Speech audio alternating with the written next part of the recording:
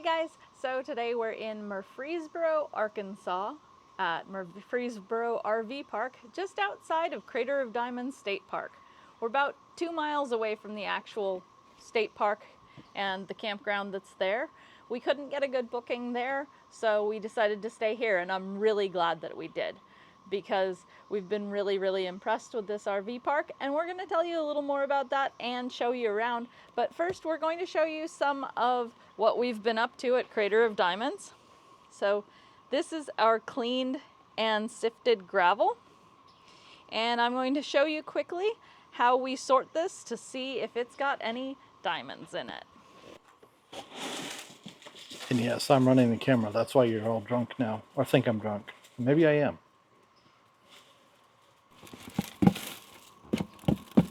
So earlier today, we went up to the crater and we washed a whole bunch of dirt. And this is what we call our good gravel. This is the gravel that has all the pieces in it that we like to see that indicate that we might find diamonds in it. So there's definitely a technique to doing this. And the woman who works here has been extremely helpful in teaching me the proper technique to find all the diamond stuff and how to get this all figured out. But you have to have it the right height in the water, you have to have the right amount of gravel. It's kind of a tricky process. But if you take your screened gravel and you shake it and tap it, turn it, shake it, tap it, turn it, you're basically trying to get it to separate the heavy pieces from the light pieces.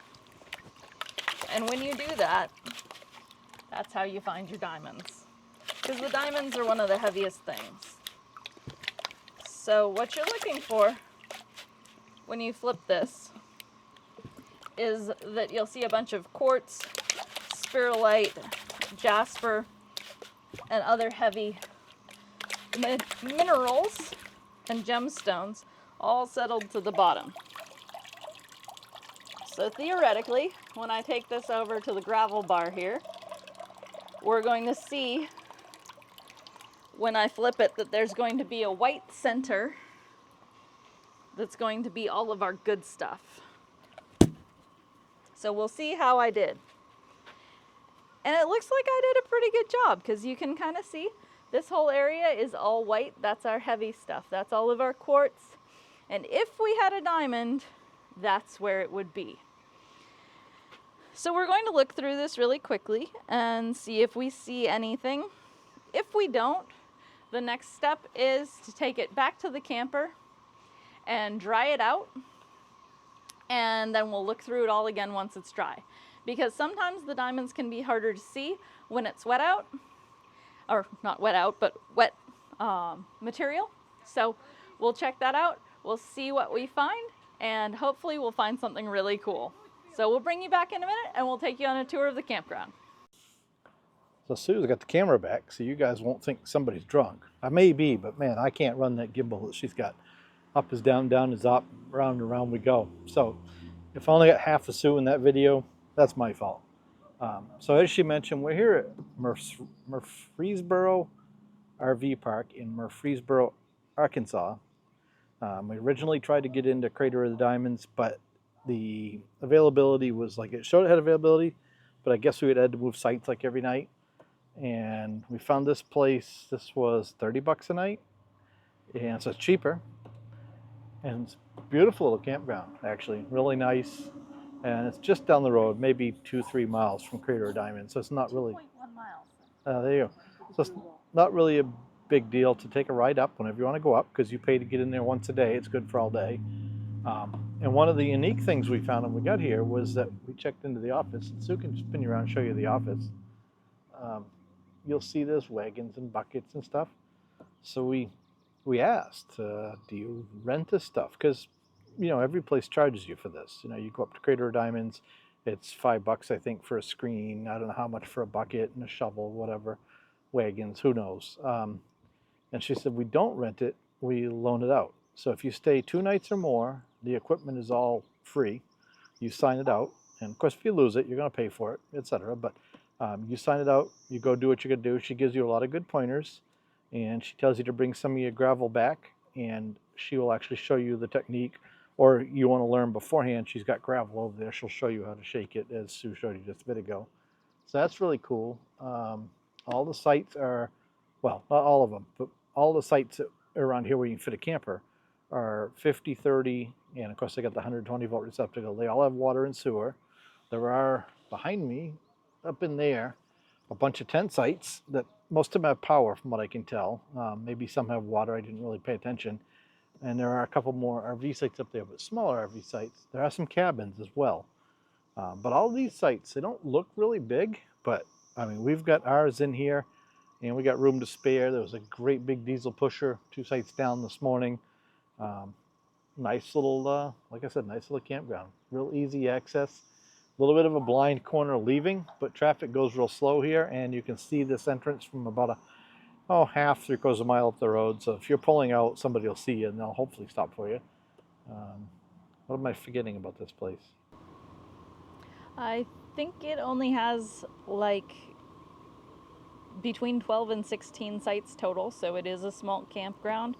But if you're looking for a place to stay and you want to save a little bit of money over staying at the state park and still have just as much convenient access, this is a great place to stay. Washer and dryer and bathhouse up there if needed. Pet friendly. Pet friendly. All the sites have a fire ring and picnic tables. Yeah, I can't think of much else. Murfreesboro is a cool little town. Maybe we'll get some B-roll footage down there. Maybe we might go down for an ice cream here after we get cleaned up from traipsing in the field over there where you dig for diamonds. And maybe we'll try to get some video of that. That'll be a separate video, but I think we can film there. It's a state park, not a national park, right? Yep. So, yeah, there you go. Ask for forgiveness later. For those of you who don't know what I'm talking about, you're not allowed to actually film in a national park anymore if you put it on YouTube and the video is monetized. So for a video that we may make $5 on, we're not allowed to film in the national parks because of that. So what a lot of people are doing is just not monetizing their national park videos. And if we find a cool national park, we'll do the same thing. But maybe we'll get up and we'll show you looking that way, because you've seen everything this way. And we'll show you the last couple campsites and we'll wrap this video up. And the Dodge is now about 1,000 miles in. Fuel solenoid quit working a couple days ago, randomly, off and on. So you have to get out and pull the solenoid up and start the engine. So we just changed that. But here's some more Sue's dirt.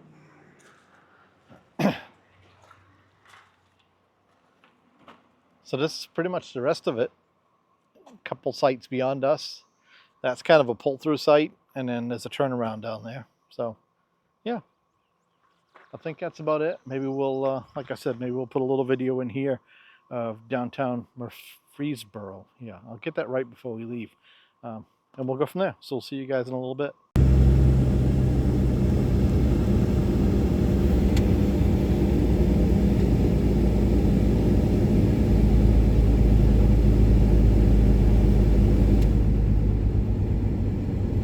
So this is coming into downtown Murfreesboro.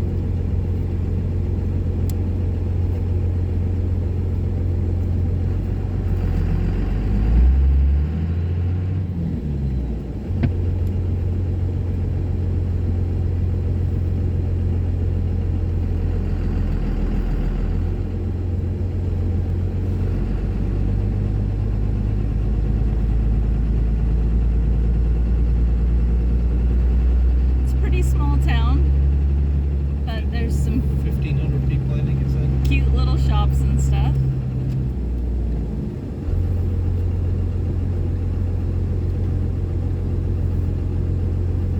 I'm about to see a serious prospector coming through. Got their wagon on top of their Jeep.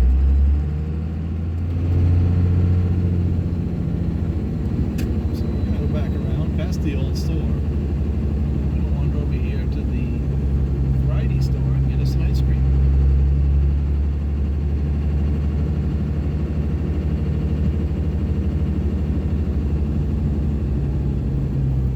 Right here.